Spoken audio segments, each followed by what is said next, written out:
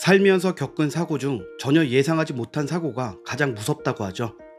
갑자기 집이 무너진다면, 지나던 다리가 부서진다면, 건물 외벽이 무너져 내려 길을 가는 사람을 덮친다면, 이런 말도 안 되는 사건들을 일으키는 원인, 바로 부실공사입니다. 부실공사 사건 사고는 세계 각국에서 일어나지만 유독 부실공사로 유명한 나라가 중국입니다. 중국에는 관시라는 이상한 문화가 있는데요. 본래는 관계를 뜻하는 말로 서로 간의 신뢰 관계를 쌓는 걸 말하는데, 이게 변질되면서 경제적으로 돈을 주고받는 뇌물 문화로 통용되고 있다고 합니다. 그리고 이 관시 문화는 공사업계에서도 만연하기 때문에 공사 자체보다 서로 뇌물을 주고받는 것에 더 치중하여 심각한 부실공사 문제가 많이 발생한다고 합니다. 그런데 이번에 터진 중국의 부실공사 스케일은 한 나라를 망하게 할 수 있을 정도라고 하는데요. 에콰도르의 수력댐 건설에 대한 이야기입니다. 에콰도르가 에너지 개발을 위해 중국 기업에 맡겨 건설한 자국 최대 수력 발전소가 있습니다. 이 발전소가 현재 붕괴 위기에 처해 있다고 합니다. 사실 에콰도르는 과거 우리나라와 수력 사업 개발에 대한 양해각서를 체결하기도 했던 나라입니다. 에콰도르 땅에는 다양한 광물 자원이 저장되어 있고 안데스 산맥에 풍부한 수자원을 가지고 있어서 수력 개발에 힘써왔습니다. 당시 우리나라와 에콰도르는 수력 개발을 포함한 각종 전력 에너지 분야에서 오랜 기간 협력하기로 조약을 맺었었는데, 정작 에콰도르 최대 건설 프로젝트는 우리가 아닌 중국을 선택했습니다. 그리고 그 선택의 여파가 완공 후 10년도 되지 않아서 큰 손해로 돌아오고 있다고 합니다. 해외의 유력 매체인 월스트리트 저널은 중국과 중앙아시아, 유럽을 연결하는 육해상 실크로드 프로젝트, 즉 1대1로를 목표로 중국이 세계 각국에 건설한 대형 프로젝트들이 기술력 부족과 부실공사로 인해 큰 문제를 일으키고 있다고 보도했습니다. 가장 크게 논란이 되고 있는 에콰도르에선 건국 이후 최대 건설 프로젝트였던 코카코도 수력 발전소가 정상적인 운영이 아예 불가능한 상황이라고 합니다. 에콰도르는 이 수력 발전소를 짓는 데에 들어간 비용 27억 달러, 한화 약 3조 3천억 원의 건설비 중 85%를 중국개발은행에서 대출한 것이라고 하는데요.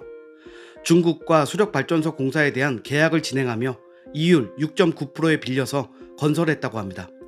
그런데 큰 빚을 지면서까지 진행한 공사는 엉터리로 끝이 났습니다. 중국의 국영기업인 중국수저는 중국인 노동자를 에콰도르 현지로 이동시켜 2010년부터 2016년에 걸쳐 공사를 진행했습니다. 하지만 완공 직후부터 부실공사의 흔적이 발견됐습니다. 견고하게 물을 막아주어야 하는 댐에서 무려 수천 개의 균열이 확인된 것입니다. 에콰도르의 전력회사는 중국이 수력발전소에 설치한 8개의 철제 터빈에서도 1만 7천 개에 달하는 균열을 발견했다고 하는데요. 에콰도르의 저명한 공학자 파브리시오 예페스는 자칫하면 우리의 모든 것을 다 잃을 수 있는 상황이다 라며 상태의 심각성을 알렸습니다. 댐이 당장 내일 무너질지 혹은 6개월 후에 무너질지 알 수가 없다. 대책이 시급하다며 댐이 당장 무너지는 상황까지도 대비해야 한다고 말했습니다. 불안했던 에콰도르 측은 1년 전 독일 회사를 지정해 발전소 상태에 대한 점검을 진행했고, 중국제 철강의 품질 문제가 심각하다라는 입장을 밝혔습니다. 에콰도르 정부는 확실한 중국의 부실공사이기에 발전소를 운영하기 전에는 모든 하자가 해결돼야 한다는 입장입니다.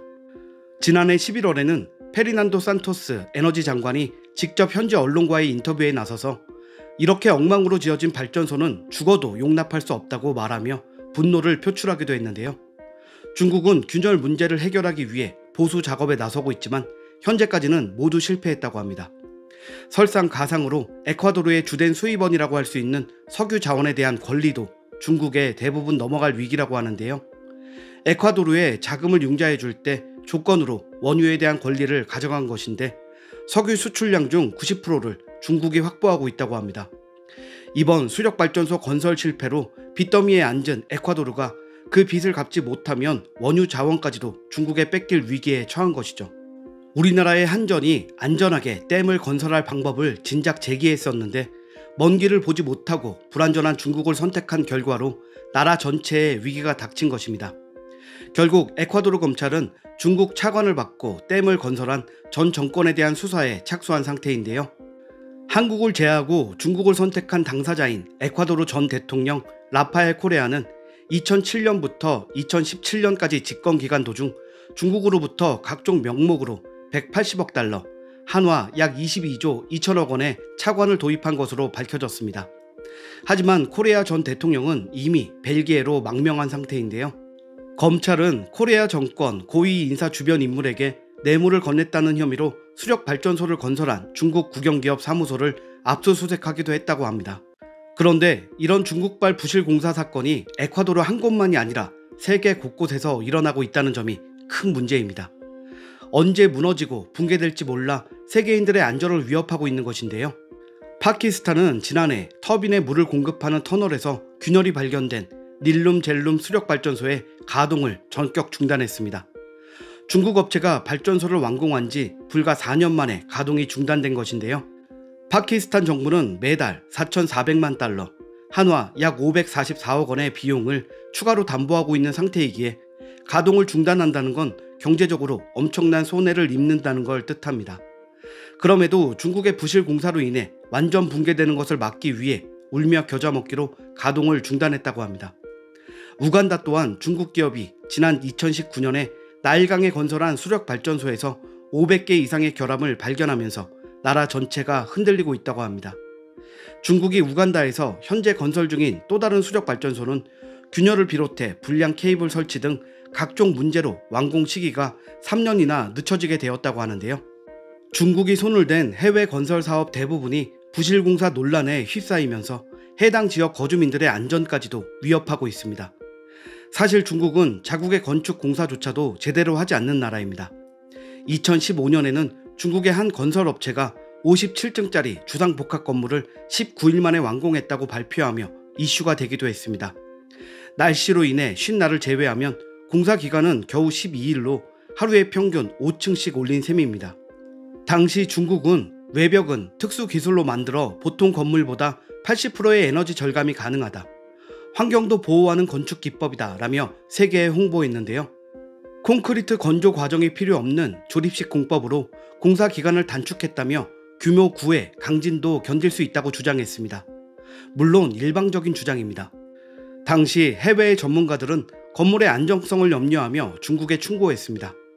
캐나다 ACBI 그룹 총건축사 루밍은 인터뷰를 통해 건축물의 중량이 기초의 변형을 일으키기 때문에 가라앉아 안정되는 시간이 필요합니다. 그래야만 위로 계속 지을 수 있는 겁니다 라고 밝히며 중국식 건축법에 큰 우려를 표했습니다. 상식적으로 생각해도 몇 주 만에 완공된 건물이 안전할 리가 없는데요. 중국인들의 상식은 다른가 봅니다. 당시 해외의 뉴스가 보도되며 부실공사 관련 이슈가 올라오자 중국의 기술력을 부러워한다, 우리를 질투해서 헐뜯는다 등의 황당한 논리를 펼쳤고, 이번 에콰도르와 다른 국가들의 발전소 부실 공사 논란에 대해서도 그때와 똑같이 중국의 기술력은 가능하다라는 말만 반복하며 부실 공사가 절대 아니라며 잡아떼고 있습니다. 여러 국가들은 건축 기간을 단축시켜 주겠다는 중국의 말에 넘어가 기술력을 믿을 수 없는 곳에 건축을 맡겼고, 그 결과 나라 경제까지 휘청거리게 되는 최악의 결과를 낳았는데요. 사실 부실 공사 사고는 사람의 능력으로도 충분히 막을 수 있는 사고입니다. 제도적으로 관리, 감독하여 설계대로만 제대로 시공하면 될 일입니다. 중국을 떠나서도 부실 공사로 인한 사건 사고가 없는 세상이 왔으면 좋겠습니다. 오늘 영상은 여기서 마칩니다. 내용이 유익하셨다면 구독과 좋아요 부탁드리겠습니다. 시청해주셔서 감사합니다.